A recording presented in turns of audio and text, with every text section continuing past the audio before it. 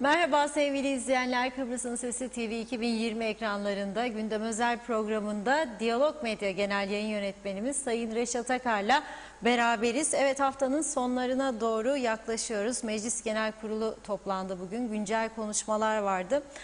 Tabii ülke her anlamda kritik bir dönemden geçerken Meclis Genel Kurulu'nda yine boş sandalyeler göze çarptı. Hatta en genç milletvekili meclis başkanı oldu bugün, konuşacağız. Öte yandan Diyalog Gazetesi'nin bugünkü manşet haberi meclise damgasını vurdu. Gelmesi beklenen elektrik zammına değineceğiz. Sanayi Odası Başkanı Candan Avunduk'la sektöre olan etkilerini konuşacağız. Hepsi ve daha fazlasıyla sizlerin de yorumlarıyla Gündem Özel'e başlıyoruz. Merhabalar Sayın Akar. Merhabalar Funda Hanım. Herkese hayırlı günler dileyerek başlayalım. Evet, bugün yine Cumhuriyet Meclisi'nin birleşimi vardı ve o birleşimde gördük ki Erek Çağatay en genç milletvekili olarak meclise başkanlık etti bugünkü oturuma.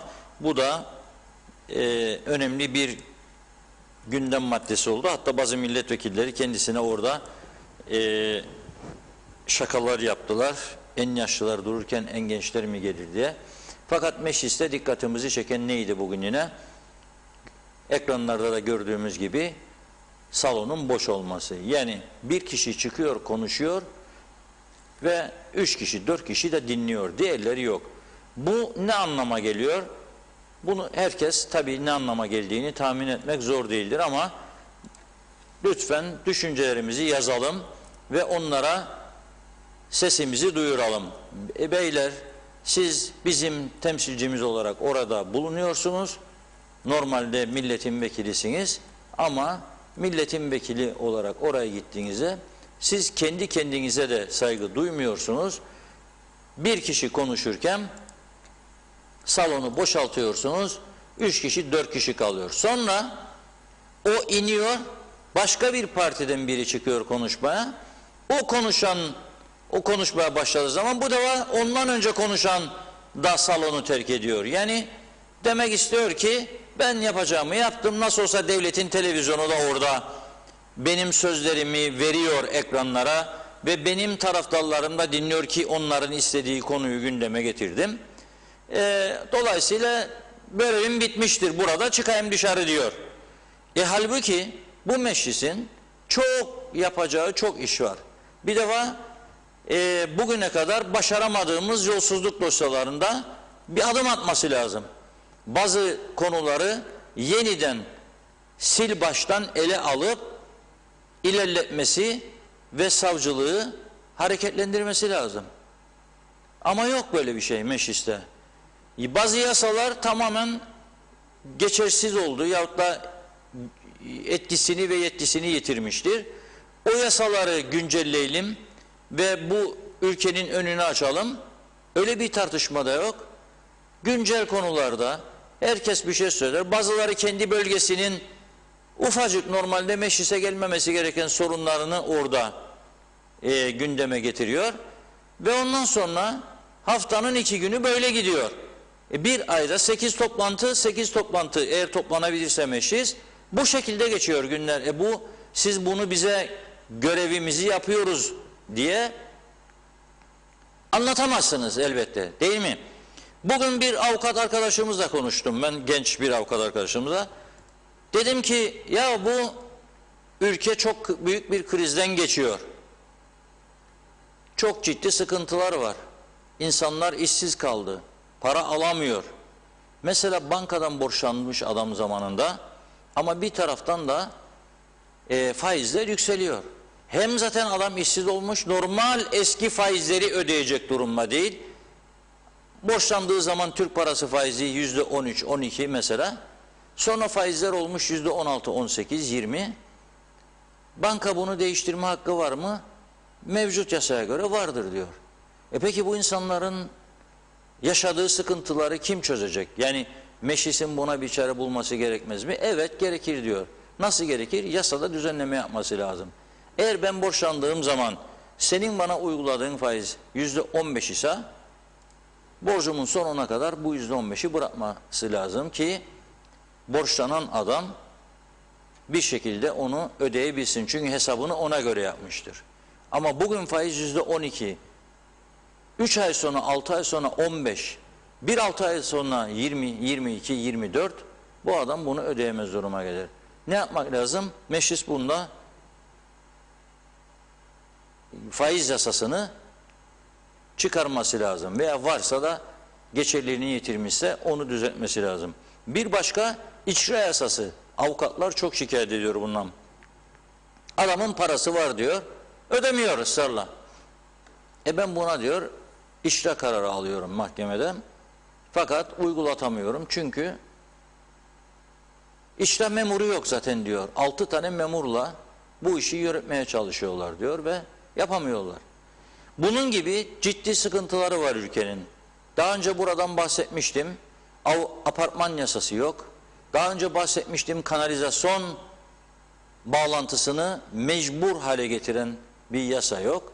Bir yığın eksikliğimiz var. Çevre konusundaki yasalar geçerliliğini yitirmiş, miadını doldurmuş. Fakat meclis böyle.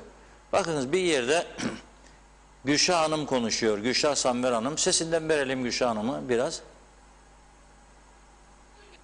Aşılamanın daha düzenli yapılması için bazı çalışmalar yapıldı. Bir miktar gelecek. Bir miktar muhakkak gelecek. Yani benim ümidim bu hafta içerisinde bu netleşir diye düşünüyorum. Ama bu aşılar geldiği zaman ilk etapta kimlere yapılmalıdır noktasında standart uygulamalar dışında bizim ülkemizde şu anda sıkıntıda olan pek çok kişi var. Bunlar da şunlardır. 65 yaş üzerinde olmasına rağmen hala daha aşıya ulaşamamış. Bugüne kadar inandığımız gibi bütün öğretmenlerimize yürekten inanıyoruz. Hiçbir zaman bizim yetkili sendikalar rakibimiz, muhalifimiz olmamıştır. Paylaşımızdırlar. Özellikle bu noktada onların iyi niyetine ve hüsnü niyetine biz inanıyoruz, inanmak istiyoruz. Çünkü söz konusu olan bütün bu çocukların geleceğini biz Şimdi de sırada Halkın Partisi Milletvekili, Lefkoşa Milletvekili Sayın Tolga Atakan'ın hükümetin ilgisizliği kıskacında ülkemiz ile ilgili güncel konuşma istemi vardı. Yok. Sayın Katip istemi okuyun lütfen. Burayı kategorisi Sayın Başkanım. yeni ıslaklar olur.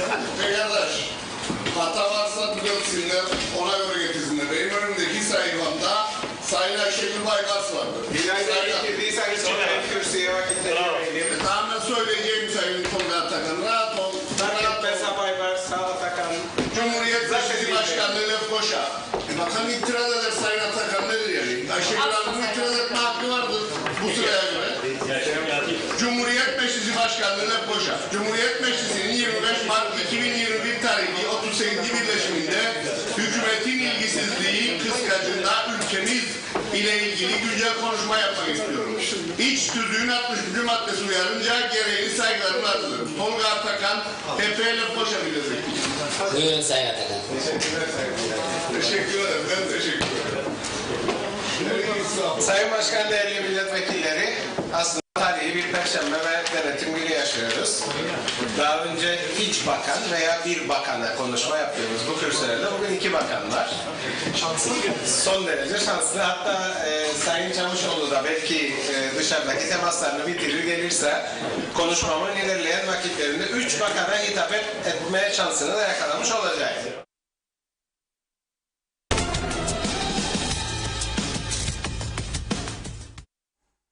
Buyurun Reşat Bey.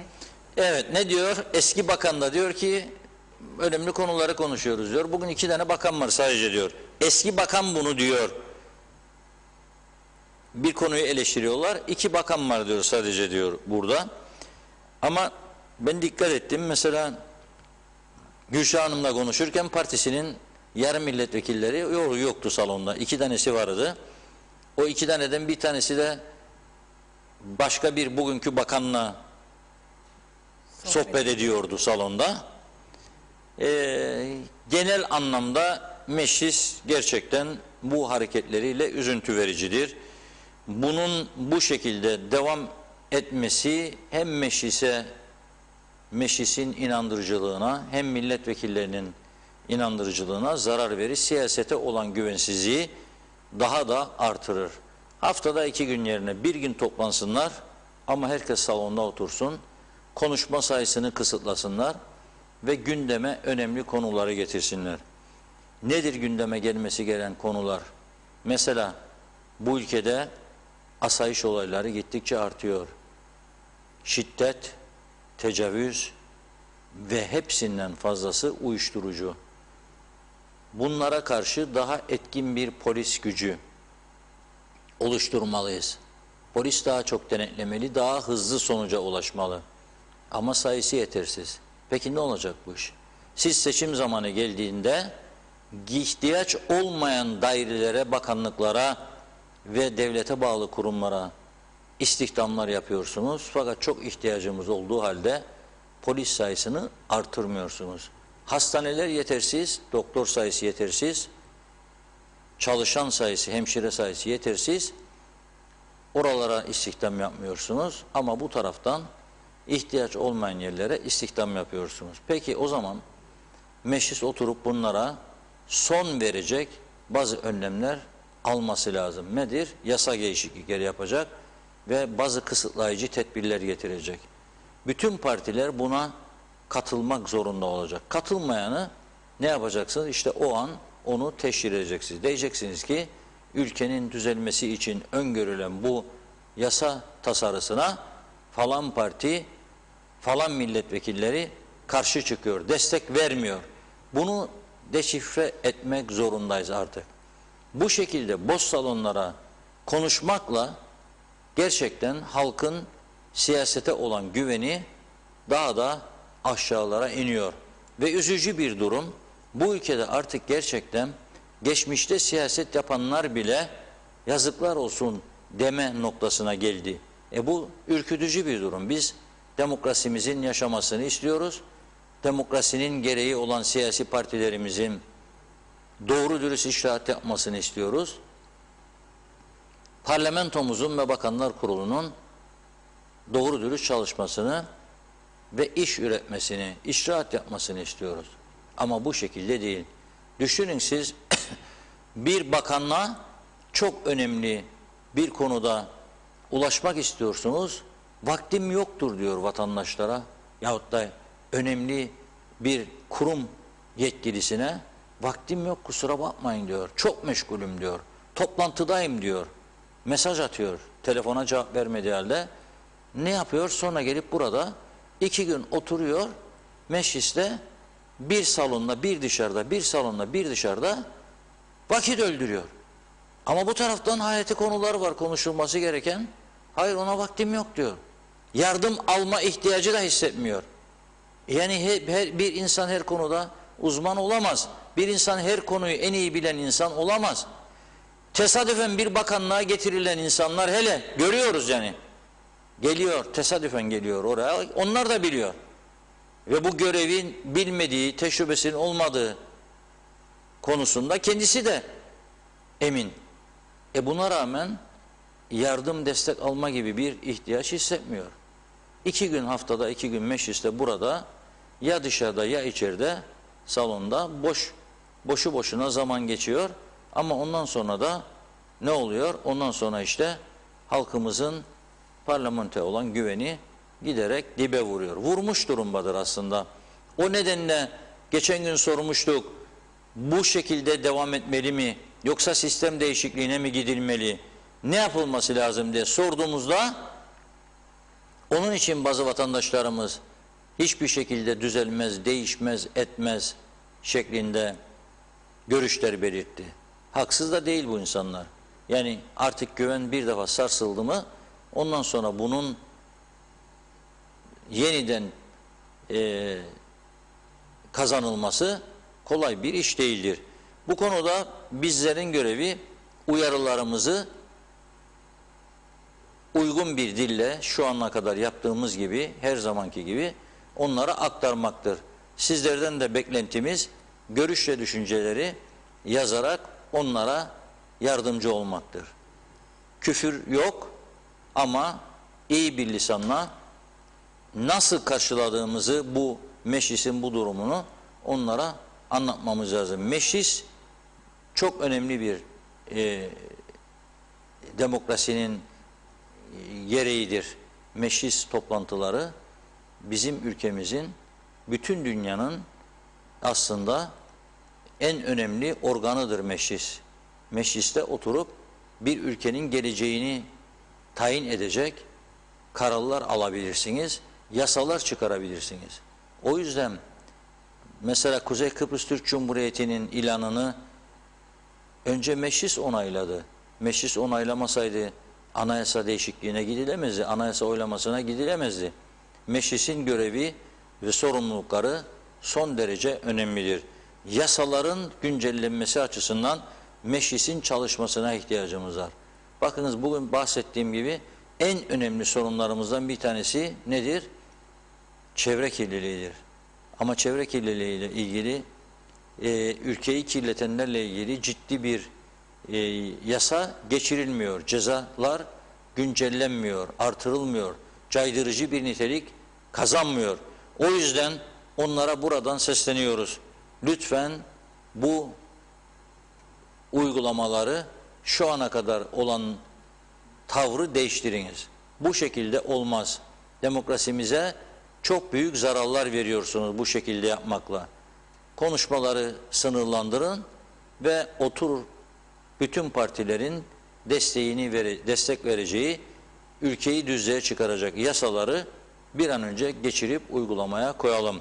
Bunun dışında bir çözüm olamaz. Demokrasi dışı herhangi bir hareketi kimse tasvip etmez ama demokrasiyi çalıştırmak da başta meclistekilerin görevidir. Bunu buradan onlara bir kez daha aktarmak istiyoruz. Evet, bu meclis birleşimini aşmışken tabii bugün baktık ki mecliste ne oldu? O az koltuklarda 3-5 kişinin bulunduğu salonda elektrik konusu Diyalog gazetemizin bugün manşete taşıdığı konu gündeme geldi. Dün enerjiden sorumlu bakan Sayın Eren Arıklı canlı telefon bağlantısında bizlere önemli açıklamalar yapmıştı. Ve sorularımız üzerine elektriğe zammın kaçınılmaz olduğunu söylemişti. %15 dolayında bir zam geliyor kapının ardında. Bu konuda bir karar tasarısını hazırlayıp Bakanlar Kurulu'na sunacaklarını söyledi Sayın Arıklı. Büyük bir ihtimalle yarın Cuma günü toplanacak olan Bakanlar Kurulu'na bu konu götürülüyor. Çünkü diyor dövizde artış meydana geldi ve maliyetler yükseldi. 119 kuruş kilowatt saati mal ettiğimizi biz 97 kuruşa satıyoruz. Zaten zarar ediyordu elektrik kurumu diyor. Ama şimdi dövizdeki bu yükselişle birlikte zarar daha da büyüdü. Buna hakkımız yok diyor. Ve %15 tane bir zam yapılacağını söylüyor. Tabii şunu da belirtiyor. Diyor ki evet zorluk var. Bugünkü durumda işsiz olanlar, işlerini kaybedenler zaten ödemekte zorlanıyorlar elektrik faturalarını. Onlar için çok daha zor bir süreç başlayacak diyorlar. Şimdi bu konuda dün bahsetmiştik. Sendikanın da farklı görüşleri var. Özellikle akaryakıt stoklarının tükenmek üzere olduğu yönünde Sendika Başkanı Kubilay Özkıraç'ın bir iddiası vardı. O iddiayı kendisiyle tartışmak istiyorduk. Sayın Bakan'ı bağlamazdan önce Sendika Başkanı ama dün arkadaşlarımız ulaşamamıştı. Sanıyorum şu anda ona ulaşıyorlar. Bu konuyu konuşmak istiyoruz. Çünkü Sayın Bakan bugün dedi ki dünkü programımızda Nisan sonuna kadar yetecek akaryakıt stoğumuz var. Endişeye kapılmasın kimse demişti. Bugün ise mecliste Sayın Bakan 20 Mayıs'a kadar yetecek akaryakıtımız mevcuttur diyor. İhaleye çıktıklarını söylüyor akaryakıt konusunda ve bu ihalenin bu ay sonu 31 Mart itibariyle tamamlanacağını, ondan sonraki 15 gün içinde ise akaryakıtın ülkemize geleceğini söyledi Sayın Eren Arıklı. Dolayısıyla panik yapmaya gerek yok dedi. Ama Sendika Başkanı farklı bir görüş ortaya koymuştu. Hazır mı acaba başkanımız? Evet, şu anda bağlantımız hazır. Ersen Başkanı Kubilay Özkıraç hattımızda. Merhabalar. Merhaba. Hoş geldiniz yayınımıza. İyi akşamlar, hayırlı yayınlar.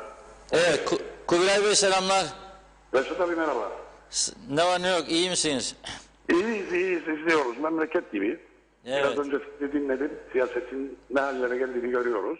Evet. Şimdi dün size ulaşamadı arkadaşlarımız. Bugün iyi oldu. Telefon numarasını ben aldım. Takip ettim bu konuyu. Çok teşekkür ederim ilginizden dolayı. Şimdi Erhan Bey diyor ki siz 15 günlük yakıt var demiştiniz. Dün bizim programda Nisan sonuna kadar dedi. Bugün mecliste ise 20 Mayıs'a kadar yetecek akaryakıt stoğumuz var dedi.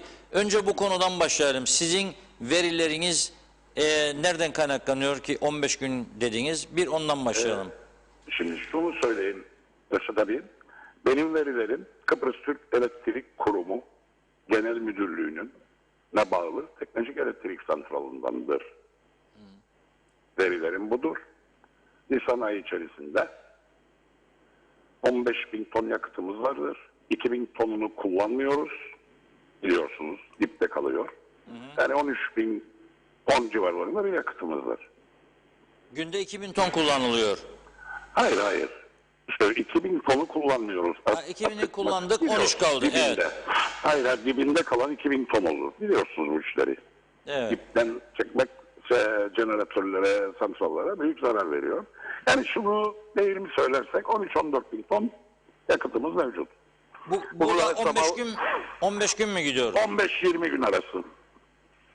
Evet, 15-20 gün Şunu arası. da söyleyeyim. Biliyorsunuz havalar da bir soğuyor, bir sıcak oluyor. Evet, doğru. Soğursa daha kötü olur.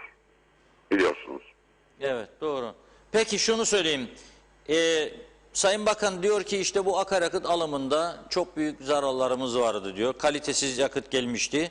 Bu konuda biz araştırma ve soruşturmaların ilerletilmesini istiyoruz. Sizin bu konuda bir görüş ayrılığınız olabilir mi bakanla? Yani eğer cidden akaryakıt kalitesinde bir sorun varsa, yani şartlara uymayan akaryakıt gelmişse, yolsuzluk veya suistimal iddiası varsa siz destek vermez misiniz böyle bir araştırma? Şu her programda, her kanalda, her ekranda, her platformda altını kalın kalın çiziyorum. Bu sendikamızın ilkelerinden biridir. Eğer Kıbrıs Türk Elektrik Kurumu'nda bir kuruşluk yolsuzluk varsa,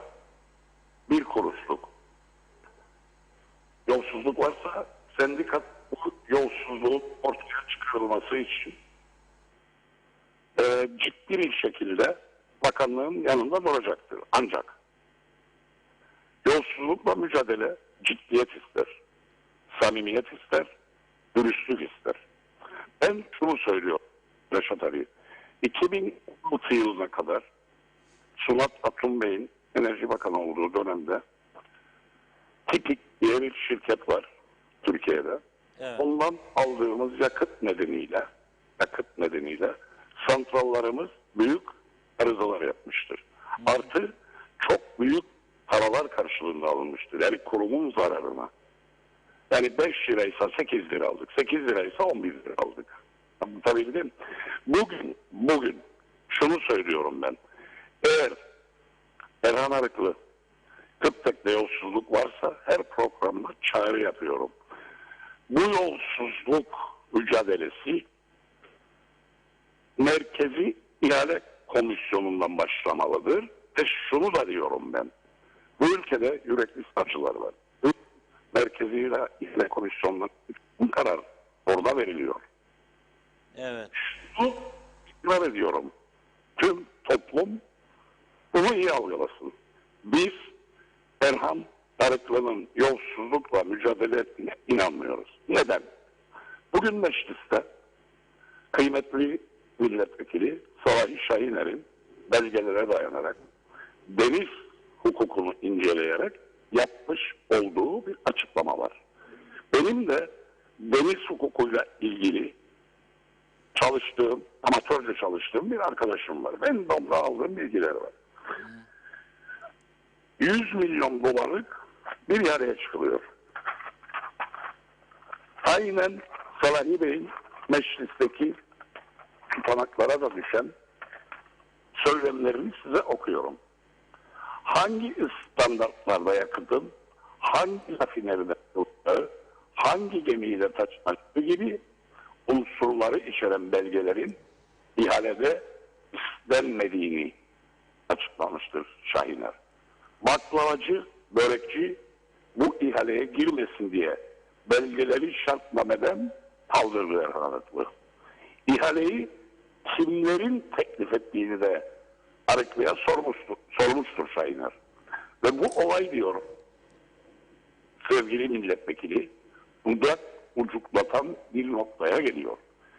Teknik şartnameyi hazırlayanlarla birlikte ihaleye katılan şirketlerin belgelerini inceleyecek kişilerin ait olduğunu söylüyor Sayın Akaryakıtın bitmek üzere olduğunu, Nisan sonuna kadar dayanamayacağını, ihaleye bu iş ehli olmayan şirketlerin girmesiyle ülkeye yakıtın 25 gün içerisinde gelemeyeceğini açıkladı sevgili milletvekili. Ona bir cevap verdi ama Türkiye'den getiririz dedi yani. Şimdi Reşat Bey, siz hukuka saygılı, düzgün insansınız.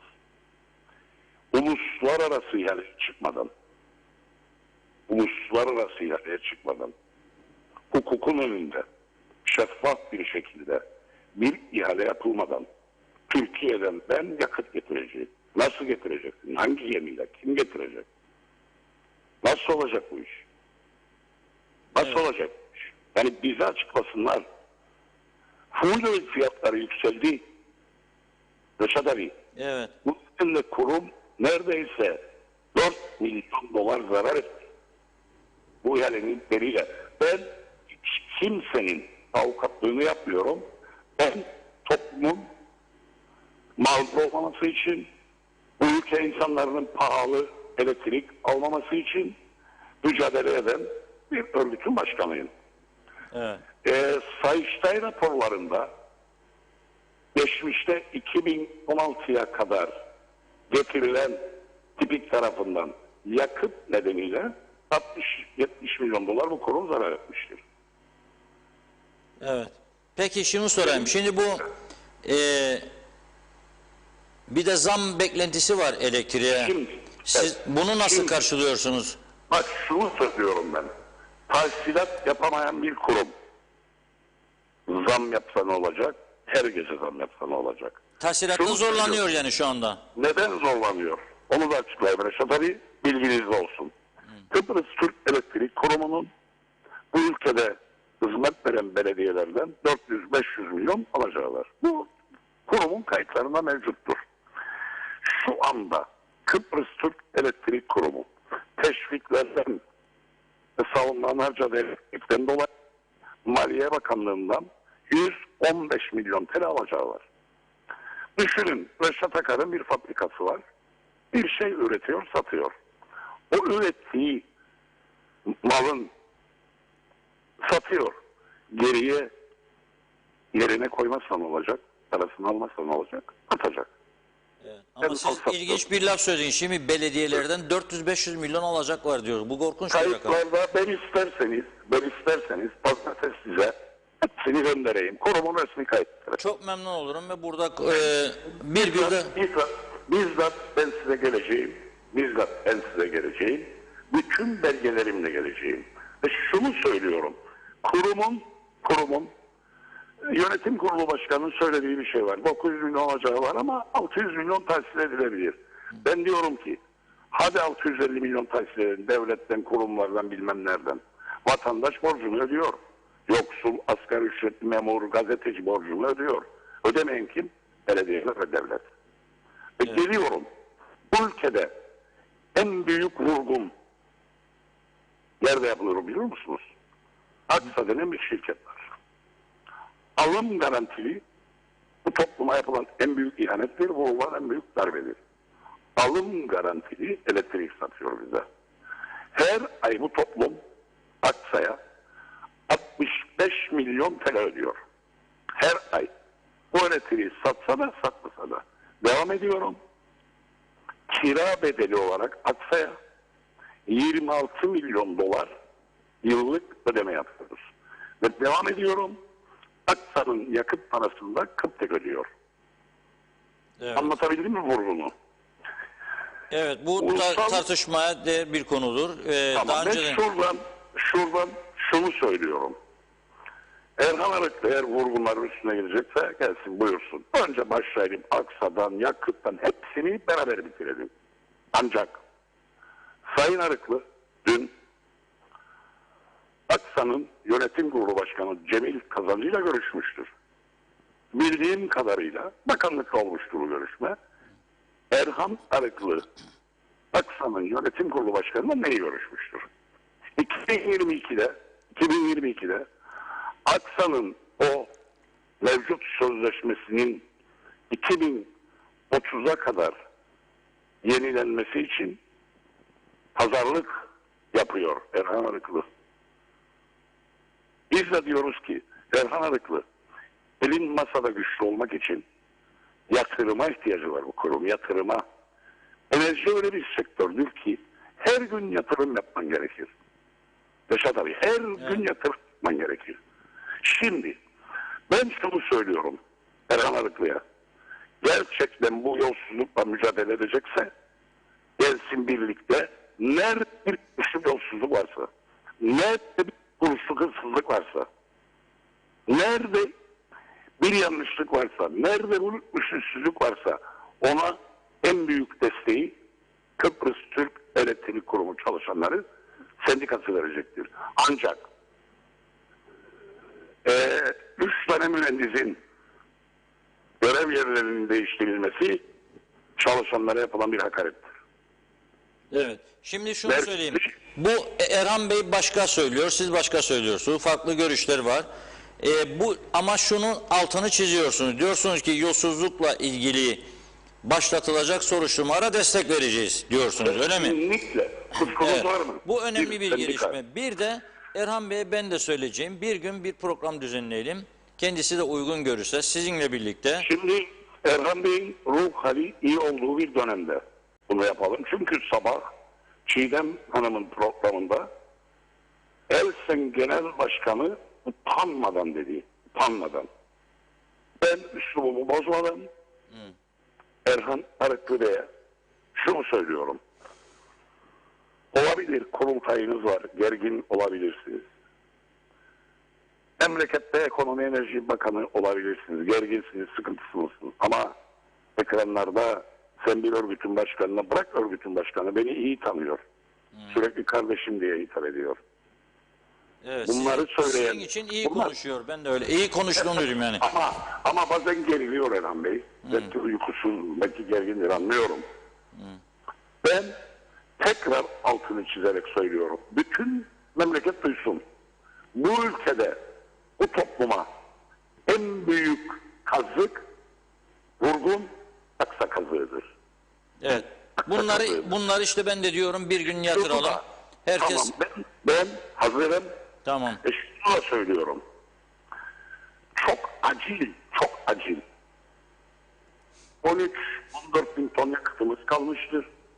Bir ihaleye çıkmanın süresi uluslararası yani. Şeffaf, düzgün, temiz, hukuki. En az 3 ay alır. Reşat Ali, en az 3 ay alır. 3 ay alır. Bana bunu anlatacak Erhan Arıklı. Ne yapmaya çalışıyor? Bana diyor ki ben kabloyla elektrik getireceğim. Mümkün değil. 25 kuruşa bu ülkeye kabloyla elektrik getirecekse buyursun getirsin. Bak ne diyorum. Destekleyeceğiz 25 kuruşa. Türkiye'nin ekonomik sıkıntılarını biliyoruz. Ama o zaten çok zaman alıcı bir şeydir. Kabloyla elektrik öyle birkaç aylık iş değil bu. Bize ziyaret ettiğimizde kendisini, nezaket ziyaretinde 6 ayda getireceğim dedi. Ya siyaset yapma Erhan Bey. Bu topluma artık siyasetlere karşı inanılmaz bir nefret demeyeyim de kırgınlığı var. Biraz önce meclisi izledim ben de. Kadın milletvekili konuşuyor, dinleyen yok. Aynen öyle. Anlatabildim. Evet. Yani bu ülkenin en büyük sorunu burasıdır. Doğru. Bizi yönetenlerdir. Ben bu vesileyle size, ekibinize çok teşekkür ederim. Biz de teşekkür ederiz. Benim derdim bu ülke insanı ucuz, temiz, kaliteli bir yakıt alsın. Evet. Bir enerji alsın evine. Ucuz, kalite çevre dostu. Ama ısrarla vurgun var. Şuradan ben çare yapıyorum. Beni duysun bütün toplum. Suç duyurusu bilmem kabul edilir mi bu ülkede? Merkezi İhale Komisyonu hakkında suç duyurusunda bulunuyorum. İhaleye son nokta orada veriliyor. Son nokta orada vuruluyor. Ve buradan Erhan Arıklı'ya da şunu söylüyorum. Bütün belgelerini, bilgilerini polise, savcıya ver, çekil kenara. Sen hukukçu değilsin, sen savcı değilsin, sen yargıç değilsin. Sabah yine Çiğdem Hanım'ın programında çok kötü bir şekilde polisi, emniyet teşkilatını, savcılığı suçlamıştır. Evet. Versen belgelerini, bilgilerini, Sayıştay raporunu, çekil. Bu ülke insanlarızın, evet, sabah öğlen akşam vurgun, sabah öğlen, ama orada da çalışan Reşat Ali, 700 tane insan var. Kıbrıs Türk Elektrik Kurumu'nda vurgun, 3 tane mühendis öyle. Ya mühendisleri ben tanıyorum. Müdür muavini görevden alındı, hayır alınmadı. Görev yeri değişti. Ben diyorum ki Erhan Arıklı'ya, bırak bu işi, yürekli savcılar, yürekli hukukçular çözsün, gereği yapılsın. Tutuklanacaklarsa tutuklanacaklar. Ama Erhan Arıklı burada öyle bir algı yarattı ki bütün elektrik kurumu çalışanları vurguncu. Hayır öyle değil. Şunu da itibarsızlaştırmaya çalışıyor kurumu. Nedeni de bellidir. Evet. Peki. Çok teşekkür ediyoruz Sayın Ben Kubilay teşekkür Özkıraç. ederim. Saygılar. Pazartesi ben size uğraşayım. Evet, çok teşekkür ederim. Sağ olun. Ben teşekkür ederim. Görüşmek üzere. İyi yayınlar. İyi günler. Evet. Diyor ki Sendika Başkanı Kubilay Özkıraç gündemde olan bir arkadaşımızdır. Sürekli elektrik kurumu olduğu için zam konusunda başlayalım ki şu anda ben dahil hepimizin en önemli derdi zamlardır. Zaten ödemekte zorlanıyoruz yüksek fiyatları.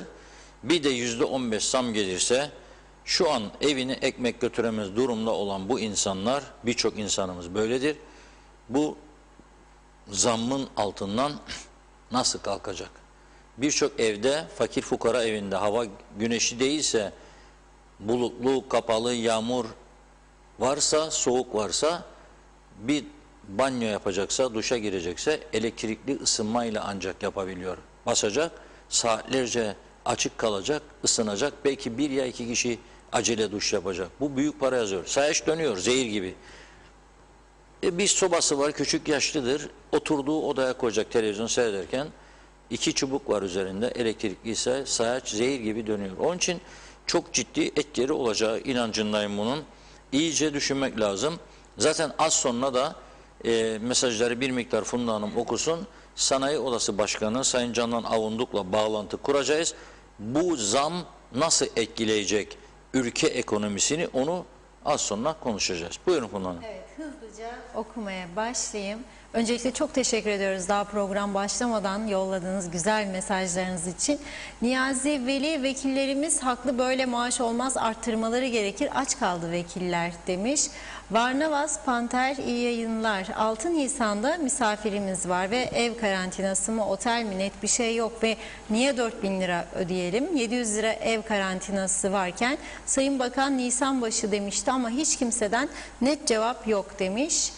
Ümit Mülayim dayı ise sosyal hizmetler 1500 lira yardım yapacaktı, bir bilginiz var mı diye sormuş bize. Eral Kara, hayırlı yayınlar. Yeterli polisimiz var. Daha birkaç hafta önce gördük. Türkiye elçiliğinin orada aslanlar gibi dizilmişlerdi halkın önüne. Daha ne polisinden bahsedersiniz demiş. Hükümette para mı var, ödesin, Londra'dan selamlar diyor. Hürrem de çok doğru Reşat abicim. Niyetleri bu devlete anlayamıyorum bir türlü. Niyetleri nedir anlayamıyorum bir türlü demiş Hürrem'de de. Mehmet İnancı, hoş vakitler, hayırlı yayınlar değerli dostlarım. Londra'dan selamlar diyor. Ali dayı da iyi yayınlar dilemiş. Doğru haberleri keyifle izliyoruz. Ağzınıza sağlık. Cemal Sinekçi, sayın vekiller kimin vekilidir? Kime konuşur? Kim dinler belli değil. Bu vatandaşa saygısızlıktır. Yasa buysa değişmeli diyor. Mine Etem, iyi yayınlar dilemiş. İyi ki varsınız. Çok teşekkür ediyorum Mine Hanımcığım. Necdet Mavi Gözlü, hayırlı akşamlar diliyor. Bu memleket bizi idare eden milletvekilleriyle 100 sene daha adam olmaz. Bu kadar laçkalık olur mu? Siz bu milletin verdiği vergilerle küçümsenmeyecek miktarda maaş alıyorsunuz. Sizin göreviniz plakaların üzerinde milletvekili armasıyla Mercedesciklere binip hava atmak değildir. Aldığınız paranın karşılığını vermek zorundasınız. Halk sizi oraya keyfiniz olduğunda meclise gidin, canınız istemediğinde gitmeyin diye seçmedi. Zorunuza gidiyorsa ve yapamıyorsanız istifa edersiniz. İddia ediyorum hiç para almadan bu işleri yapacak insanlar vardır. Ya her oturumda meclise gider görevinizi yerine getirirsiniz ya da toptan istifa edin. Zaten oradasınız ve şimdiye kadar ne yaptınız demiş. Yeter artık sizlerin ellerinizden bıktık usandık diyor. Hikmet Ceylan'da ne zaman vekiller düzgün bir şekilde meclise giderse, meclis tam doldururlarsa çocuklar da okula gitmeye başlar, ülke düzene girer, insanlar işine gitmeye başlar demiş. Mehmet Akın kendisine saygısı olmayanın başkasına saygısı olur mu diyor. Bu Kuzey Kıbrıs halkı bu görüntüleri göz göre göre hala bu isimlere yine oy veriyor demiş. Meclis şimdi 18-24 saat çalışması lazım. Ülkenin düzlüğe çıkması için ama nedense Kuzey Kıbrıs'ta her şey çok güzel, refah seviyesi yüksek. Ülkenin her yerinden pırlanta altın çıkıyormuş gibi bir rahatlık var. Milletvekilleri o yüzden mi gitmiyor acaba diye sormuş. Salih Mullalı yok diyor. Yalnız muhalefet kendi partisi bile her türlü engeli yapan bir meclisle bu yönetim ne yapabilir demiş. Gülgün Emircan yazıklar olsun üzgünüm diyor. Aysun Öztrak iyi yayınlar dilemiş. Metin Maraşali de hoş vakitler diyor. Yılcan Hacı Emin de.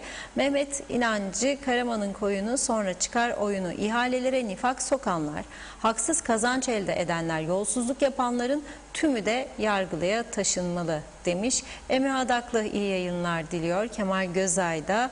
İzzet Kahraman Sayın Reşat Bey, Londra'da bu gibi konular gazeteci diline düşerse derhal memurlar direkt devreye girer yazmış.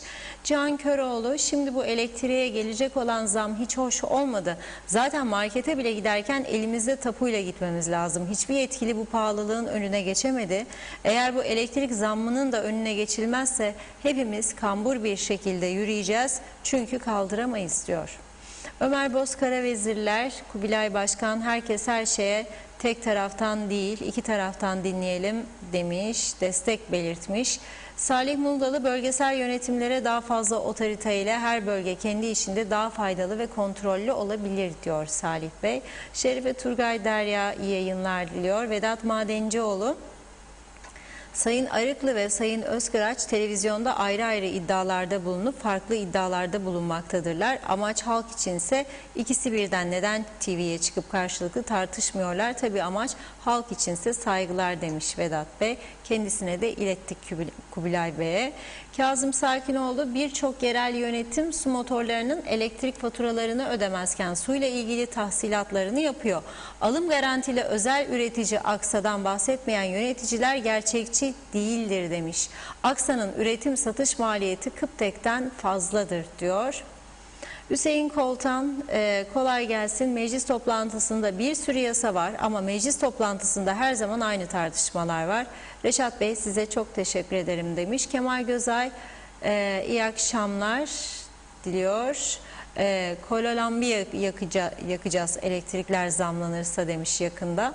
Mustafa Yılmaz, ben kiracıyım. Oturduğum evdeki saat eski saatlerden. Aybaşı geldi mi ev sahibi gelip saat üstündeki rakamları hesaplayıp kafasına göre bir miktar çıkarıp alıyor. Parasını oturduğum apartman hiçbir dairesinde saat yok. Kim kimi denetler Allah aşkına demiş. Fitnet Salih, çok merak ediyorum eskiden elektrik kurumu çalışanları demiş ama mesaj yarım kalmış. Necdet Mavi Gözlü, ortalık kaçak insan doldu. Adaya talebe diye gelen özellikle Afrika kökenliler azalacaklarına her gün çoğalıyorlar. Uyuşturucu, hırsızlık, darp hemen hemen her olayın altından %100, %90 bu Afrika kökenli insanlar çıkıyor. Ama milletvekili ve bakanlar, bu beyefendiler bunlara bir çare bulacaklarına ya mecliste kavga ediyorlar ya da meclise kendi partileri konuşmuyorsa girmiyorlar. Biz halk olarak sizi meclise bu yolsuzlukları çözmek için ve gerçek vatandaşların refahları için, evet yarım kalmış, devam ediyor. Gönderirken bunlara çözüm bulunsun demiş. Kaçak olan insanlar bir şekilde bu memleketten göndermeyi, uyuşturucu, hırsızlık, bunlara mecliste çare bulsunlar diye oraya gönderiyoruz demiş. Afrika kökenli insanlara bir şekilde bir standart getirilmezse iddia ediyorum 20 yıl sonra bu Kuzey Kıbrıs Türk tarafını bu Afrika kökenli insanlar alacak ve burası Kuzey Kıbrıs Afrika Cumhuriyeti olacak diyor Necdet Bey. Evet, Mustafa Özcan, Reşat Bey bu işin kolayı var demiş. Lütfen evet Sayın Arıklı'yı hem de Kubilay Bey'i bir programda karşı karşıya getirin. Her şeyi belgeleriyle açıklasınlar. Yani Elsen ve bakanlığın kavgasını bu halk %15'te ödemek zorunda mıdır demiş. Kıptek benim elektrik borcum depozitimi geçerse hiç uyarı yapmadan elektriğimi kesebiliyor. Neden borcu olanların elektriğini kesemiyor diye sormuş. Kazım Sakinoğlu da sokak aydınlatmaları ile ilgili malzeme yok, ampul lamba yok, ihaleye neden çıkılmıyor diye sormuş. Vatandaş faturasını öderken sokak aydınlatma konusunda yeterli hizmeti alamıyor. Ve sebebi de mevcut ve geçmiş yöneticilerdir demiş. Vedat Madencioğlu, teşekkürler Reşat Bey. İkisini bir araya getirme çağrısı yaptığınız için ancak bunu sağlamak lazım. İnşallah başardınız, saygılar demiş. Evet, Fitnet Salih, Reşat Bey elektrik kurumu çalışanları elektrik parası ödemezdi diyor. Emin Alev Türk ise 200 liralık emlak vergisi 380 lira oldu. Siz artık düşünün demiş. İsmet Özel, güneş panelleri neden teşvik edilmez diye soruyor. Özgür Yaltırık selamlarını yollamış. Abdullah Zaifoğlu, meclis çalışmalarını izle, Kuzey Kıbrıs'ın durumunun ne olduğunu anlarsınız diyor. Yusuf Umut Yeter Miroğlu da elektrik kurumu zarar ediyor diyorlar. Sokakların büyük bir bölümü karanlık. Bu kurumlar sadece maaş ödemek için mi var? Bu zararı sadece bu gariban halk mı ödeyecek? Örnek olarak 20 kişinin çalışması gerekirken 100 kişi çalışır, çalışanlar çalsın çırpsın sonra da halka kesin faturayı, yazıklar olsun demiş. Sayar Aker, sizi dinlemek için koşa koşa geldim, günün en önemli zamanı benim için diyor. Hürrem Dede de bu hava atan kişileri çok gördüm, böyle bir arabası var ki anlatamam demiş. Diğer kısmını çözemedim Hürremciğim. Evet, İsmet Ezel diyor ki niye her gün meclis yok diye sormuş. Aytaç Çağan da iyi yayınlar diliyor. Öğretmenin hizmetlerinin meyvesi yıllar sonra ortaya çıkar ama yarınını göremeyenler bunu anlayamaz. Üzgünüm demiş. Son olarak da Cengiz Korkmazhan, Kırıkkale köyünde hala direklerde lamba yok diyor. Evet Reşat Bey. Evet, şimdi tabii sorular var arada gelen. Mesela bir tanesi sokak lambaları yanmıyor bazı bölgelerde veya kırık lambalar var, tamir edilmiyor. Yıllardır bu konu üzerinde sorular soruyoruz, yanıt istiyoruz, eleştiri yapıyoruz ama bugüne kadar açık söyleyeyim hiçbir yetkiliden tatmin edici bir cevap alamadık. Ben hatta defalarca örnek verdim. Şimdi bizim arkadaşlarımız, onlardan da rica edeceğim. Yarınki programa yetiştirsinler. Başbakanlık kavşağına gidecekler. Sadece orasını göstermemiz yeterli. Daha önce gösterdik ama yarın yeniden oradan bir görüntü alsınlar, gelsinler. Programda böyle ekrana getirip tutalım onu. Şimdi Başbakanlık kavşağı Lefkoşa'nın en önemli merkezlerinden birisi. Orada bir incecik orta refüj vardır. Işıklarda duruyorsunuz. Zaten duran araçlar görüyor. Un fabrikasının yanı. Başbakanlığa döneceksiniz. Başbakanlık var, Dışişleri orada, Ulaştırma orada.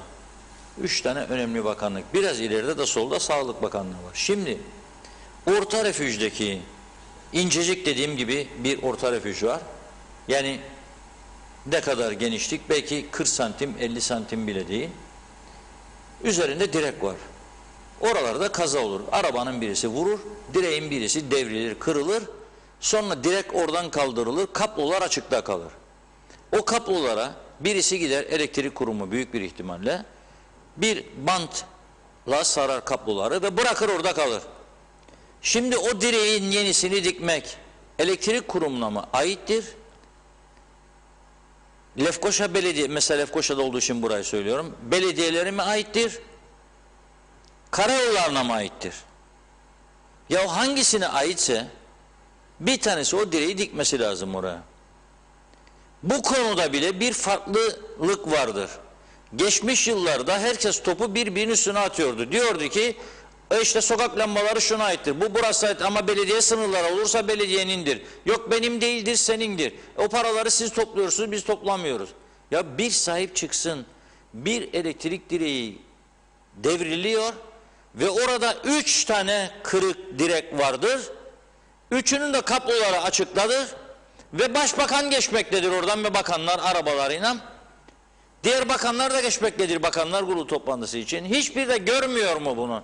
Ya bir gün arabadan inip aşağıya eline telefonu alıp elektrik kurumuna be kardeşim gelin buraya 3 tane direk dikin da kurtulsun diyemez mi? Ya bunun gibi birçok yerde vardır. Mesela Girne Alsancak yolunda da vardır. Hatta rüzgarlı gecelerde eğrilmiş direkler de vardır. Kopanlar var, bir de kopmayanlar var. Korku veriyor. Ne zaman düşeceği belli değil, nereye düşeceği belli değil. Yani çok ciddi sorunlar da ortaya çıkabilir. Bu konuda olsun bir şey bulamıyorum, ben göremiyorum. Yani kime aittir? Bir lamba, sokak lambası kırıldığı zaman onun tamiratı kime düşer? Bir karar versinler, birine versinler bu sorun mesela ki senindir be kardeşim, sen yapacaksın desinler. Ben göremiyorum. Bu kadar başka ülkeler neleri konuşuyor bakın.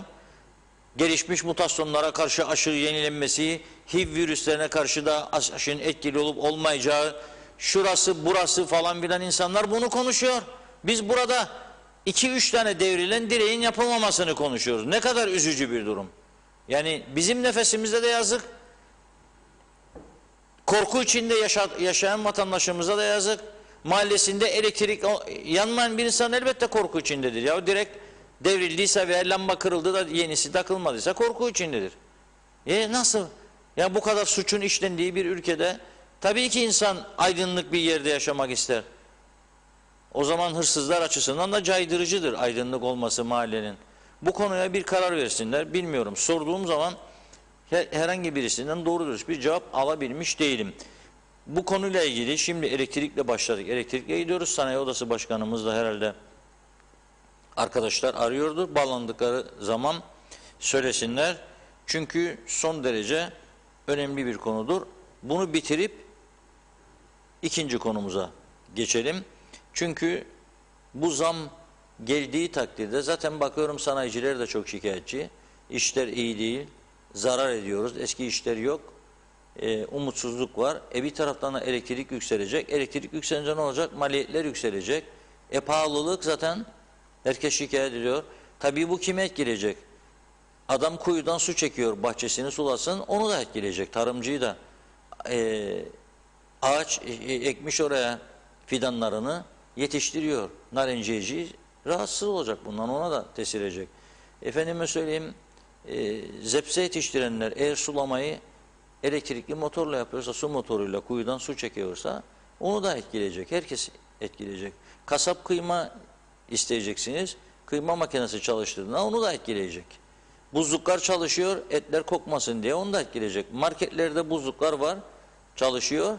Hele şimdi yaz geliyor, onu da etkileyecek.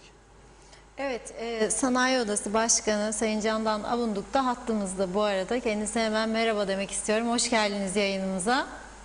Hoş bulduk. Teşekkür ederim Funda Hanım. Merhabalar Sayın Başkan.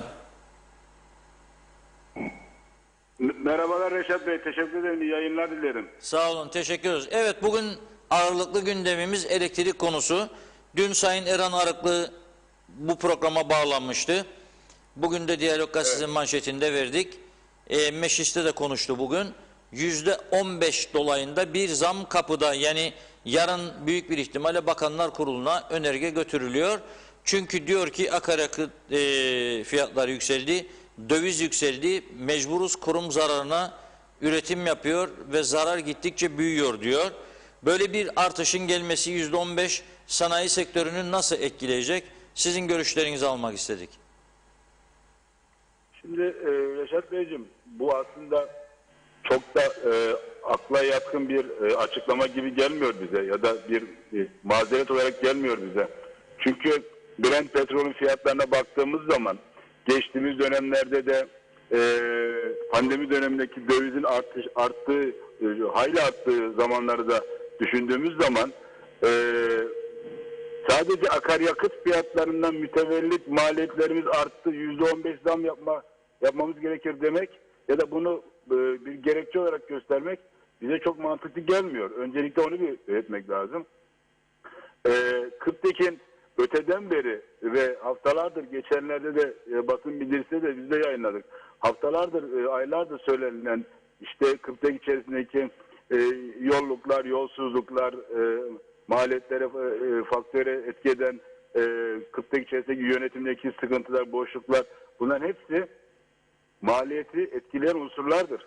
Sadece aldığınız yakıtın fiyatının artmasıyla değiştiğini çok düşünmüyorum ve dediğim gibi Brent petroldeki fiyat değişimi çok ciddi oranda artmadı. Kaldı ki döviz son bir haftadır arttı. Döviz son bir haftadır arttı.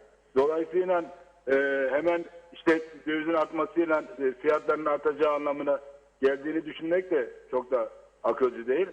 Ona bakarsanız geçtiğimiz aylarda da dövizin patladığını, yükseklere çıkıp indiğini gördük. O tarihlerde de hiç kimse zam yapacağız, maliyetlerimiz arttı falan demedi bize. Evet. Dolayısıyla bu nereden çıktı değil. İkincisi %15 zam hiç de mantıklı değil. Niçin? Çünkü bakın bir 50 bin TL fatura gelen bir sanayicinin %15 demek 7.500 TL ekstra ödeme yapacağım demektir. 7.500 TL ekstra ödeme yapacağım demektir. Nereden karşılayacak bunu? Yani hayat normale döndü. Pandemi bitti.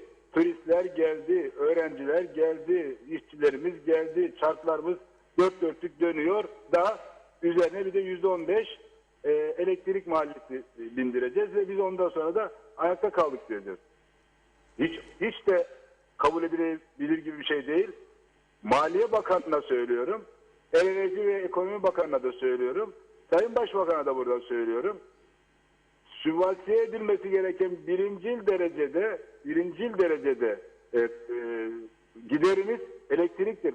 Sadece sanayinin değil, hane halkının da cebine değiyor. Yani biz bu olayı sadece sanayici olarak düşünmememiz gerekiyor. Hane halkının da evlerde de 1000 TL, 2000 TL elektrik faturası geleninde işte 300 TL faturası artacak. 300 TL az para değildir. 1500 TL alan bir devletten desteği 1500 TL alan bir evin, bir ailenin, bir hanenin işte 150-200 TL ekstradan elektrik faturası ödemeniz gerekir demeniz de hiç akla yakın gelmiyor. Hiç mantığa yakın gelmiyor. Buradan şunu söylemek istiyorum. Ülkenin kaynakları dardır, azdır, kıttır biliyoruz. Ama ülkenin dar olan, kıt olan kaynaklarının da homojen dağıtılması gerekir. Bunu da söylemek istiyoruz. Aylardır çalışmayan özel sektöre bir zahmet 1500 TL'yi davulla zurnayla veren yönetim diğer alanlarda dağıttığı paraların da bir hesabını kitabını yapması lazım. Evet, peki. Hesabını kitabını yapması lazım. Yani bir de şu anki durumu ben merak ediyorum. Sanayi sektörünün bugün itibariyle durumu mevcut şartlarda elektrik parasını ödemekte zorlanıyor mu? Bu sektör üretimler ne durumda? Az önce dediniz ki turist yok, öğrenci yok dediniz. Zaten büyük sıkıntı diyorsunuz. Tabii Reşat Beyciğim, şimdi sanayiyi ikiye bölelim. Bir, günlük tüketimi olan işte suydu, hellimdi, hijyen malzemelerini üreten günlük tüketimleri. Bir de dayanıklı tüketimler, işte camdı, alüminyumdu, mobilyaydı. Birincisinde ortalamada 200 bin insanın adamızda pandemiden dolayı olmadığını düşünersek, bunun kırılımı öğrenciler, turistler ve çalışanlardır. 200 bin insan yok. Toplam nüfus 400 binse, 200 bin insan yoksa demek ki %33 bir tüketim daralması vardır. %33. Evet. Aşağı yukarı Güney Kıbrıs'tan da insanların gelmediğini düşünecek olursak %3, %5 de onlar, bu %40'lara varan bir tüketim azalması var demektir. Bu da günlük üretim yapan sanayinin %40 oranında küçülmesi ya da daralması anlamına gelir. Bu bir. %40 civarında sanayi düştü. Evet. Dayanıklı tüketim malları yapanların da malum işte birinci kapanmadan sonra, yani geçen seneki birinci kapanmadan sonra işleri vardı, devam ettiler ama şimdi artık yeni iş de yok. Onlarda da bir talep daralması oluştu. Peki burada da bir kayıp var. Ama öte yandan tüm giderler aynı ve hatta artmaya başlıyor. İşte asgari ücreti arttırdık. İşte %15 elektriğe zam geliyor. İşte ona zam geliyor. Buna zam gidiyor. İyice hayatı pahalı hale getiriyoruz. Böylelikle sanayide artık çarklar iyice durmaya başlayacak. Çekilmez hale gelecek. Üretim yapmak çekilmez bir hale gelecek. Bu Peki yüzden bizde kapanan fabrikalarımız var. Elektrik faturasını ödeyemediği için kapanan, çok olmasa da birkaç fabrikadan bahsedebiliriz. Bununla beraber borç harç, zor zahmet, kıra döke elektrik faturasını ödüyor sanayici. Neden? Çünkü onun canıdır. Elektrik gelmezse fabrikayı açamayacak. Peki size Bunlar da işin gelmeyen kısımları. Buyurun. şimdi bu Nisan ayında turizmin açılması beklentisi var. Bu sizi ne kadar umutlandırdı? Yani turizm başlarsa işler yavaş yavaş toparlanabilir mi? Beklentiniz nedir? Valla bizim beklentimiz turizmin açılmasıyla çok yükseleceğini çok açık bir şekilde söyleyebilirim. Bir kere biraz önce bahsettiğim o 200 bin nüfusun içerisinde 100 bin nüfustur aylık turist ülkemize düşen.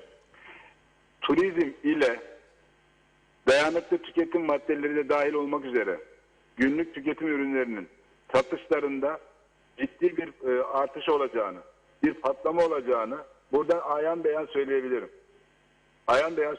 Neden? Olan bütün oteller kapalı şu anda. Olan bütün otellerin yavaş yavaş açıldığını, buralara insanların geldiğini düşünecek olursa, elbette ki bunlar sabah, öğle, akşam yiyip içip tüketecekler. Elbette ki bu insanlar diğer ürünleri de tüketecekler. Elbette ki girip çıkıştan dolayı bir takım ürünlerin eskimesi ve değiştirmesi gerekecek. Ve elbette ki gerek dayanıklı tüketim malı yapan sanayicilerin, gerek günlük üretim yapan sanayicilerin işlerinde patlama olacak. Ama bunun bir an önce yapılması lazım. Artık bizim de dayanacak gücümüz kalmadı. Nereye satacağız? İşte nüfusumuz belli. 300-400 bin nüfusumuz var. İhracat zaten zor zahmet gidiyor. 300-400 bin nüfusun üstünde öğrenci yok. Turist de yok. Biz kime satacağız? Evet, çok doğru. Evet, doğru söylüyorsunuz. Peki size çok teşekkür ediyoruz. Yine önümüzdeki haftalarda inşallah bir hareketlilik başlar. Bunun sektöre yansımalarını konuşuruz. Ve inşallah bu sürede yakıtsız kalmayız. Çünkü sendika başkanı diyor ki 13-14 günlük yakıtımız vardır diyor. Ve alarm sinyalleri veriyor. İnşallah böyle bir durumla karşılaşmayız. Çünkü bakan da diyor ki Mayıs'ın 20'sine kadar yetecek yakıtımız vardır diyor. İki farklı görüş vardır. Tabii çünkü elektrik kesilirse sanayi tamamen durur değil mi? Elbette. Tabii bu şimdi aslında hani yaramızı deştiniz. Siz de bilerek mi yapıyorsunuz anlamadım ama Reşat Bey. Şimdi Kırtek de ne demektir? İşte bir sendika çıkacak, işte bir takım beyanatlar verecek ve şöyledir böyledir. Kırtek'in yönetimi olduğu gibi Ekonomi ve Enerji Bakanlığı'na aittir. Bütün yetki ve bilgiler onlarda olması lazım. Bizim bilgi kirliliğine ihtiyacımız yok. Bizim bilgi enflasyonuna da ihtiyacımız yok. Bizim bir tek yetkili ağızdan, o da bakanın ağzından ya da onun müsteşarının ağzından durumumuzu öğrenmemiz lazım. Biz sendikadan, onun başkanlarından ya da yönetiminden bilgi almamamız gerekir. Bu ayıp bir şeydir. Evet. Bakın siz bir televizyon kanalındasınız. Rejideki arkadaş, kameraman arkadaş televizyonla ilgili, Diyalog TV ya da TV 2020 ile ilgili bilgiler açıklama yapsın. Bir yandan da patron açıklama yapsın ya da genel yayın yönetmeni açıklama yapsın. Şimdi biz hem onu dinleyeceğiz hem onu mu dinleyeceğiz? Evet. O yüzden dedim ya, yaramızı deşmeyin diye. Anladım. Çünkü Kıbrıs'taki yönetiminin de KKTC nüfusunun en büyük bütçesi olan bir kurumdur. 1/3 bütçesine sahiptir burası. Evet, çok büyük bir kurum, doğrudur. Evet.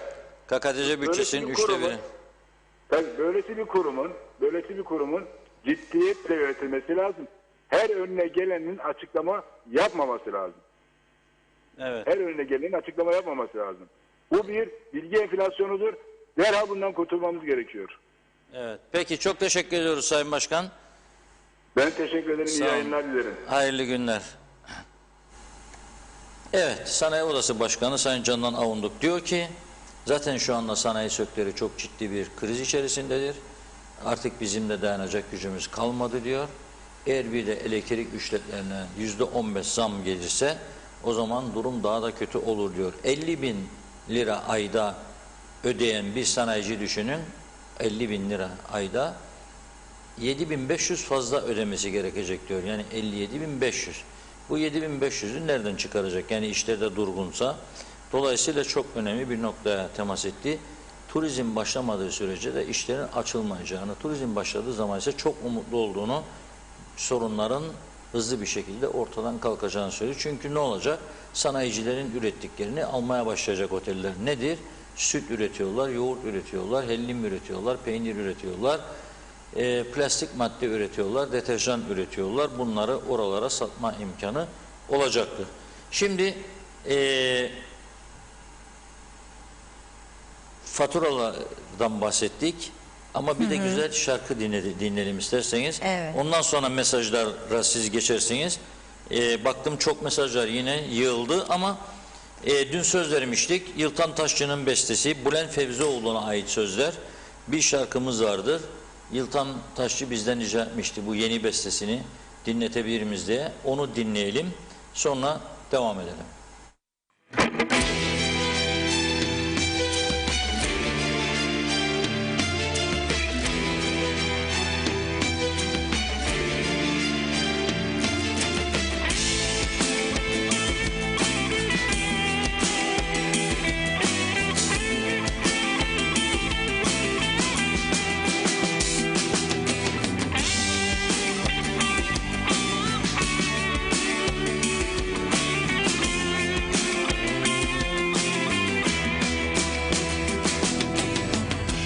Gün kanarken içinde, söz yanarken dilinde, her şair ölür bir gün, kahrolmuş yüreğinde. Her şair ölür bir gün, toprağa yağar hüzün, ayrılır dal dikenden, kalmaz ağrısı gülün. Her şair ölür bir gün, toprağa yağar hüzün, ayrılır dal dikenden, kalmaz ağrısı gülün, kalmaz ağrısı gülün. Umarsız kederlerde saklı dizelerinde, her şair ölür bir gün, yalnızlığın dibinde. Her şair ölür bir gün, toprağa yağar hüzün, ayrılır dal dikenden, kalmaz ağrısı gülün, şair ölür bir gün. Toprağa yağar hüzün, ayrılır dal dikenden. Kalmaz ağrısı gülün, kalmaz ağrısı gülün.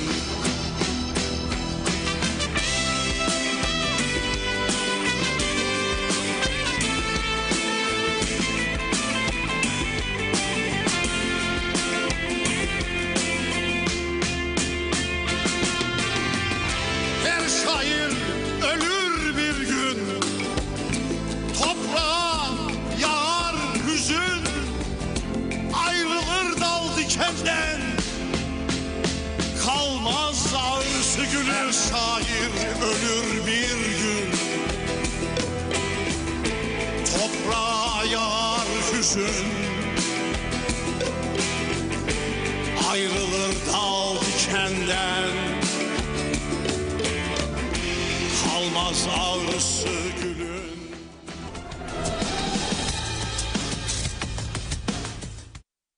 Güzel oldu, duygusala bağladık. Dün oynadık, bugün Evet, dün oynadık, bugün de oturduk. oturduk. Evet, Yıltan Taşçı, Bülent Fevzioğlu'nun sözlerini yazdığı, Yıltan Taşçı'nın bestelediği şarkıyı dinledik. Önümüzdeki hafta bir başka şarkı var sırada. Yerel, onu da yayınlayacağız, bekliyor.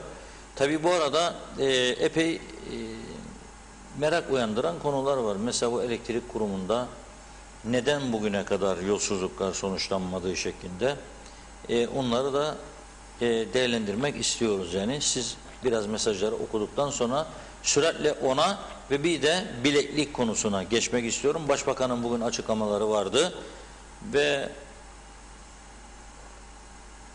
asayiş konusunda da aktarmak istediğim bir iki haber var. Onlarla tamamlarız. Hızlıca başlıyorum o zaman. Nazime Nalbant diyor ki sizleri beğenerek dinlerim. Mecliste bu pahalılıkların bir an önce önlemini almaları bence gerekirdi demek istemiş. Daha ne kadar bu halkımıza zarar verecekler? Üzgünüm diyor Nazime Hanım. Güneş Yıldız markete giderken ya da herhangi bir yere giderken her yerde Afrika kökenliler var. Sözde öğrenci gibi gelip adamıza her türlü pisliği yapıyorlar demiş. Uyuşturucu, hırsızlık, toplu halde otobüsler dolusu geliyorlar. Biz azınlık oluyoruz. Artık bunlara sınır getirmeliler. Sokaklarda her yerde Afrikalılar var. Getirmesinler artık ülkemize, almasınlar. Sayıları çok fazla zaten demiş. İngiltere inancı, İngiltere şaka değil. Ülke dışına çıkmak isteyenlere 5.000'i öde öyle git diyor. Kemerleri fena sıktı demiş. Ayhan Özdağ ise sokak lambaları elektrik kurumuna aittir diyor. Münir Çağan'a ana yollardaki demir direkler karayollarına aittir demiş. Ahmet Selçuk Çalı, Reşat Bey o direklere çarpanlara 6 ya da 7 bin lira ceza yazıyorlar ama yapmayı kimse kabullenmiyor demiş. Can İplikçioğlu bugün dere boyundaki bir mekanda Türk kahvesi 13 lira. Nerede bunun vergisi kim sorar? Sonra devletin parası yok derler. Ben artık inanmıyorum. Bir hizmetin bedeli bellidir. Fahiş fiyatlardan vergi alınmalıdır. İş yeri sahipleri bir günde kapalı günlerin kaybettiği parasını kurtarma derdinde demiş. Yazık diyor. Eda Bilginsel Aksoy bence meclis hiç toplanmasın çünkü zam yapıyorlar. 200 lira ödediğim emlak vergisi 2 katından fazla oldu. Pes artık, iyi yayınlar dilemiş. Tema Yavaş Londra'dan selamlar diyor. Teşekkür ediyoruz. Mehmet İnancı, Reşat Bey sizce elektrik kurumu ve diğer devlet ihalelerindeki yolsuzluk iddiaları neden araştırılmıyor ve neden yargıya verilmiyor diye sormuş. Haldun Yenilmez Çatalköy'de sokak lambalarını eskiden belediye değiştiriyordu. Şimdi elektrik kurumu devralmış. Bir lambayı 6 ayda ancak değişiyorlar diyor. Onu okudum. Nazime Nalbant, Reşat Bey çok doğru söylüyorsun. Ben de gördüğümden dolayı bu güzel Kıbrıs'ımda ne yazık ki bir şey kırıldığında, bozulduğunda direkler elektrik kaplıyorlar. Koptuğunda hiç kimsenin umru olmaz. Elektrik direkleri koptuğunda hiç kimsenin umru olmaz. çok geç, her şeyi yapsalar da aradan çok uzun süre geçer. Neden böyle oluyor? Neden 1-2 günde yapmıyorlar? O kadar zor mu? Yaptırsınlar, soruyorum ve çok da üzülüyorum, yazık demiş. Demre Coşkun, Reşat abi, batan esnafa bir tavsiyem var mı demiş. İş yeri açılan ve sinek avlayan esnaflar bu dönemde ne yapmalı diyor. Zehra Sencer hayırlı yayınlar dilemiş. Teşekkür ediyoruz. Taner Şah, Reşat Bey, bahsettiğiniz refüjün üstündeki kopuk direklerin vuku bulduğu tarihten bugüne kadar en az 10 başbakan değişmiştir. Hem sağ kanattan hem sol olduğunu iddia eden kanattan. Oradan sabah akşam hepsi gelip geçti. O direklerin fotoğrafını çekip bir yıldan fazla zamandan önce sosyal medyada da paylaşmıştım ve muhalif damgasını da yemiştim.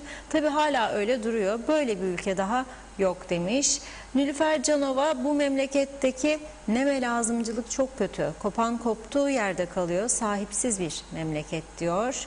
Mustafa Aşık Kofalı, hayırlı yayınlar, evimizin konukları, halkımızın sesleri, tüm aydınlatma direkt sorunları Kıptek'indir. Kıptek'te aittir. Tüm aydınlatma paralarını, faturalarını da öderiz diyor. Fatoş Köroğlu, iyi akşamlar, iyi yayınlar dilemiş. Bekir Güler, inşaata bağlı sektörler kapalı, 1000 lira ödemeye gelince mobilya sektöründekileri kapsamıyor söylediler. Yazıklar olsun böyle hükümete demiş. Güneş Yıldız'sa elektrik faturalarını devlete bağlı bazı kurumlar ödemiyor. Onların faturasını bizlere kesiyorlar. Yetmiyor, üstüne zam da yapıyorlar. Yeter artık, bırakın faturayı, garibanı halka kesmeyi, önce içinizdeki yolsuzlukların önüne geçin.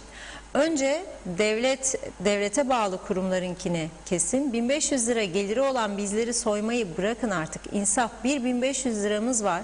Ona da Kıptek göz dikti. Bu yolsuzluğun önüne geçmeyen yetkililer, milletvekilleri, bakanlar vesaire hepsi suçludur. Yazıklar olsun demiş.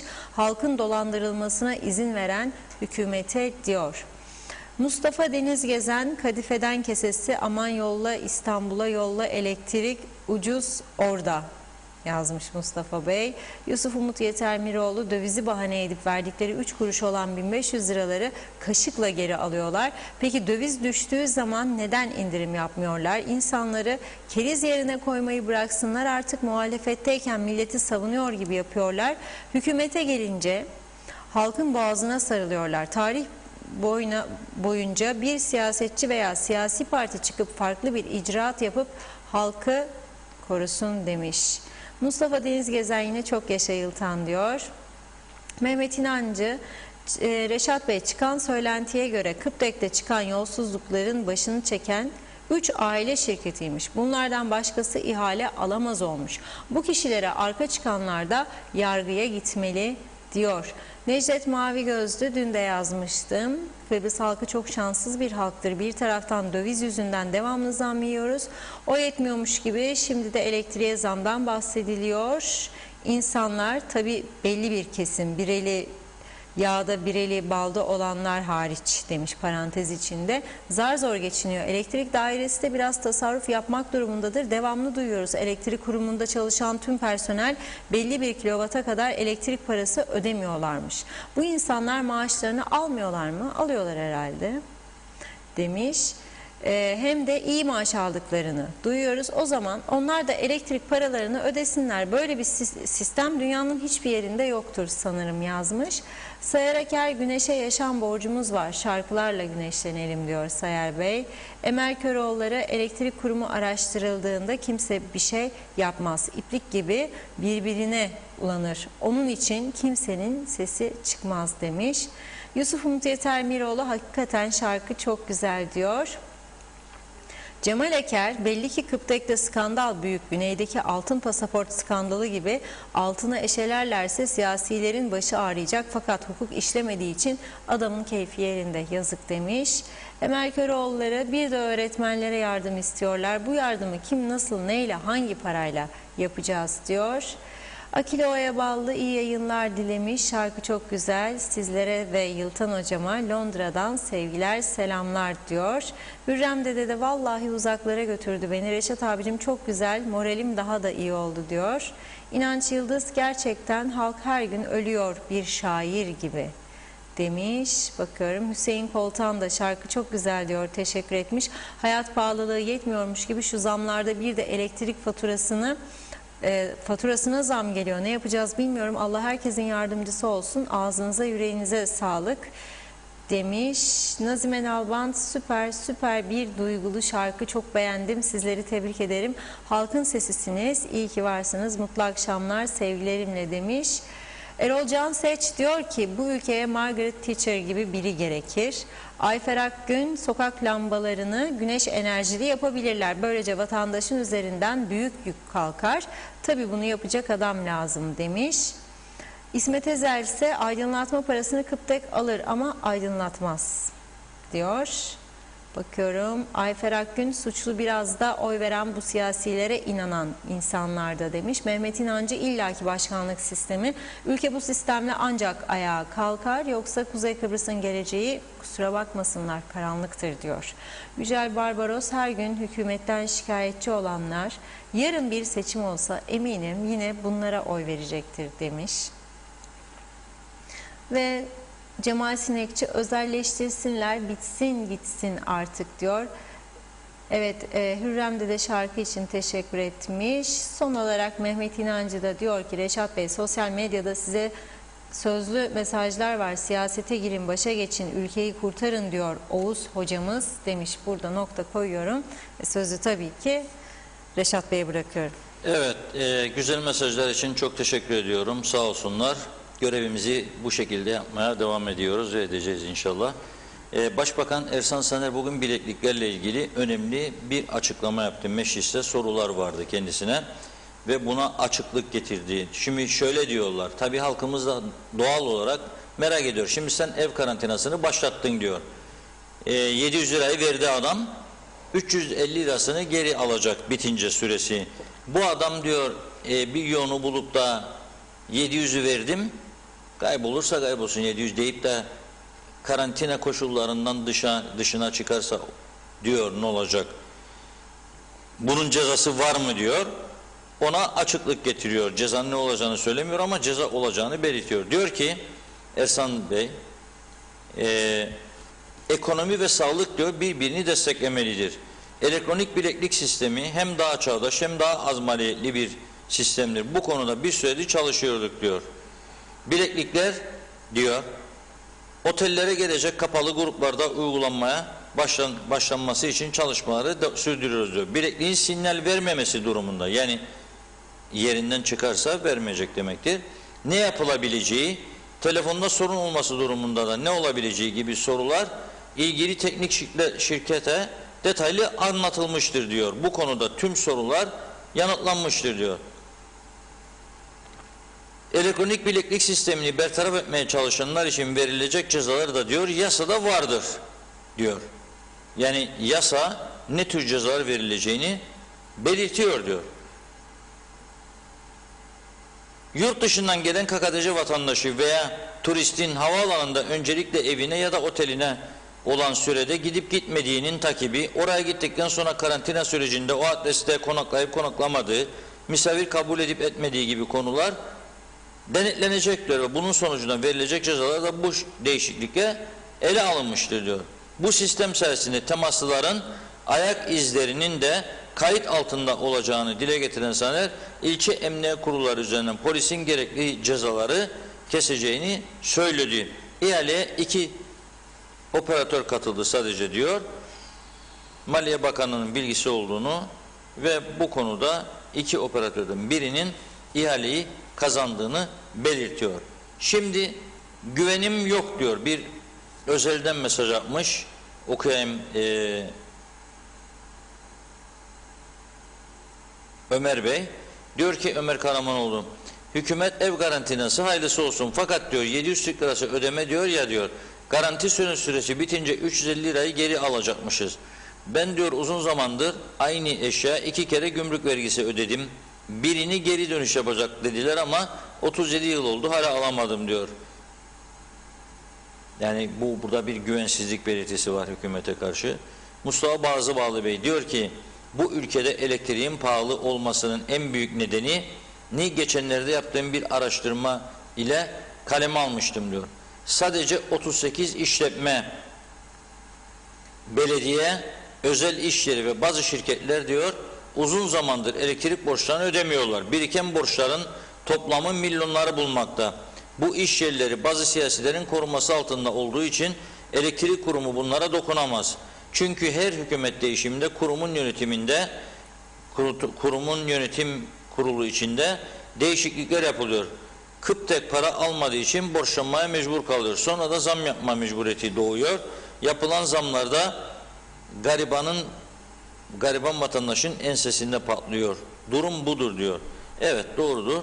Kıptek'in elektrik alacaklarının yüksek olduğunu programın başında zaten Kubilay Bey aktarmıştı.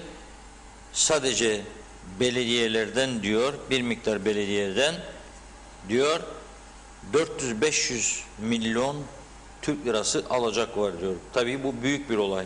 Gerçekten bu konuda kurumun tahsilat yapması gerekiyor. Bakanlığın da yardımcı olması gerekiyor. Belediyeler bir kısmı da zordadır biliyorum ama yani kurumla tahsilat yapmazsa ayakta durması mümkün değil. Şimdi bir izleyicimiz de diyor ki Aralık'tan bu yana bursları ödenmeyen yabancı ülkelerdeki bursları ödenmeyen yabancı ülkedeki öğrencilere yazık değil mi diyor. Yazık tabii. Örneğin İngiltere'deki bir öğrencinin altan döviz kurları sebebiyle ailelerin ödedikleri kiralar ve iaşe ibadet ücretleri astronomik bir hale geldi diyor. Evet, ödeyebilse keşke ödeyebilsin diyorum. Şimdi bu bileklik konusunu aktardıktan sonra aşıların önümüzdeki hafta 40.000 aşı beklentisi vardır.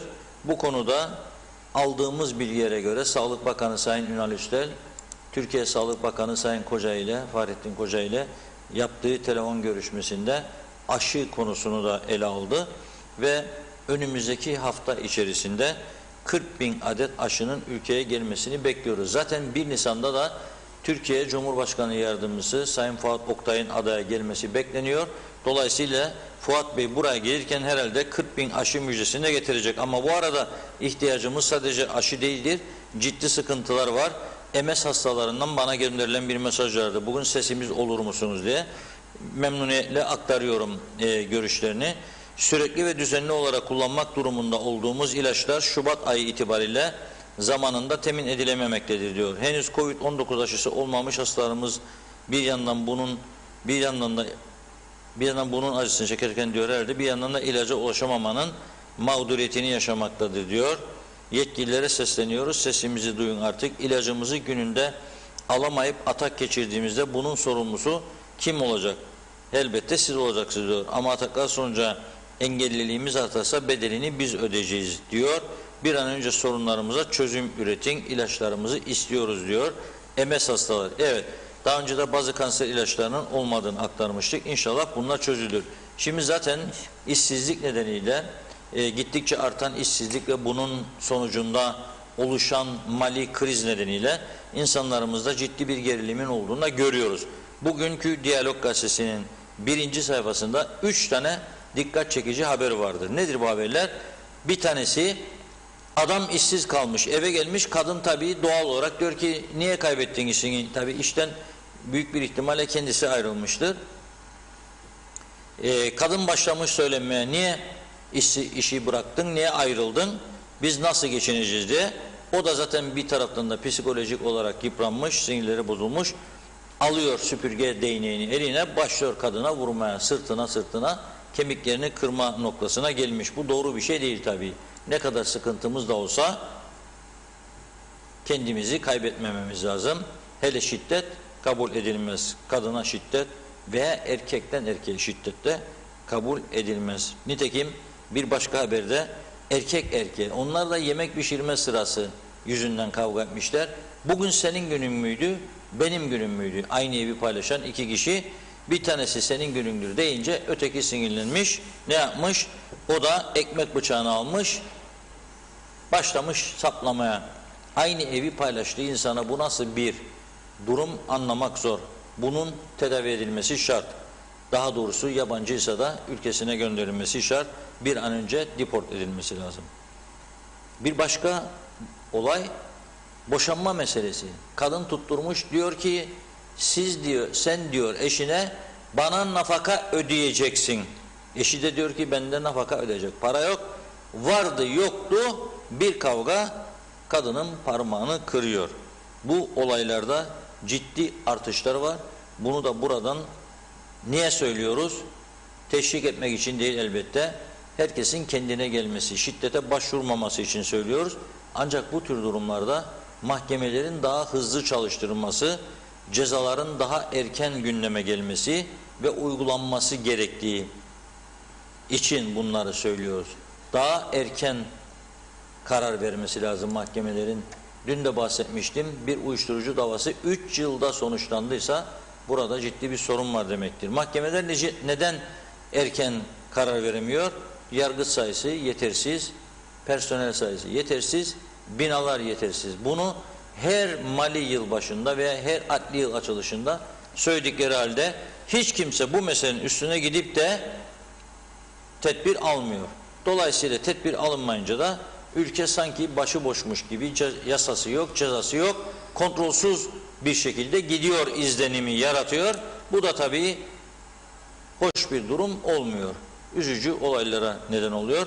Bunların ortadan kalkması için programın başında söyledik, salonu boş bırakan milletvekillerine büyük görev düşüyor. Salonu boş bırakacağınıza o salona gideceğiniz güne kadar çalışma yapıp ne eksiklikler var bu ülkede öğrenip nasıl önlem alınabileceği konusunda öneri geliştirip oturup orada ortaya koymak lazım ve ondan sonra da gerekli adımların atılması lazım, yasaların çıkarılması lazım. Bunu yaparsak daha hızlı bir şekilde sorunlarla baş etme imkanımız olacak. Yapmazsak o zaman tabii ki durum şimdikinden daha da üzücü noktalara gelebilir.